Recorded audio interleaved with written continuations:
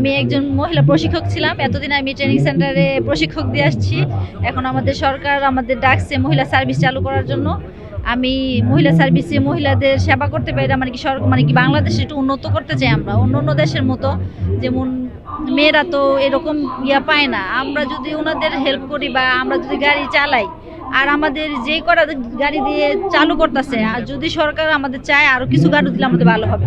কেননা 64টা জেলায় এই অল্প গাড়ি দিয়ে হবে না। যদি সরকার আমাদের সহযোগিতা করে তাহলে আমরা মহিলা সার্ভিসটা চালাইয়া মানে কি এটা সবসময় চালাইতে চাই, আমাদের যদি হেল্প করে। আর জনগণদেরও আমাদের হেল্প করতে হবে। আমাদের যে বড় ওস্তাদ আছে, যত ড্রাইভার আছে বাংলাদেশের ভিতরে, সব ড্রাইভার আমাদের পিতার সমতুল্য। ওনারা যদি আমাদের মহিলা সার্ভিস চালানোর সময় আমাদের একটু হেল্প করে, আমরা যাতে এটা চালাই যেতে পারি। ওনারা যাতে মানে কি বাজে কমেন্ট না করে, সবাই পজিটিভ থাকতে হবে। যদি বাজে কমেন্ট করে তাহলে কিন্তু এটা অজরে ঝইরা যায়। আগামী প্রজন্মের যদি হাল ধরতে চাই, তাহলে আমরা তো ইনশাআল্লাহ প্রশিক্ষিত ড্রাইভার।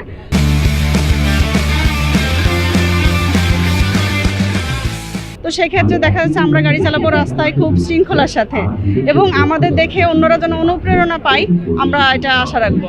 প্রথম হতে কার না ভালো লাগে?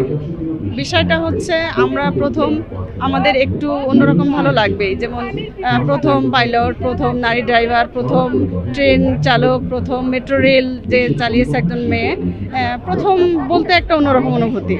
তো সেই ক্ষেত্রে দেখা যাচ্ছে যে আমিও তার ব্যতিক্রম না, আমিও মহিলা বাস চালক।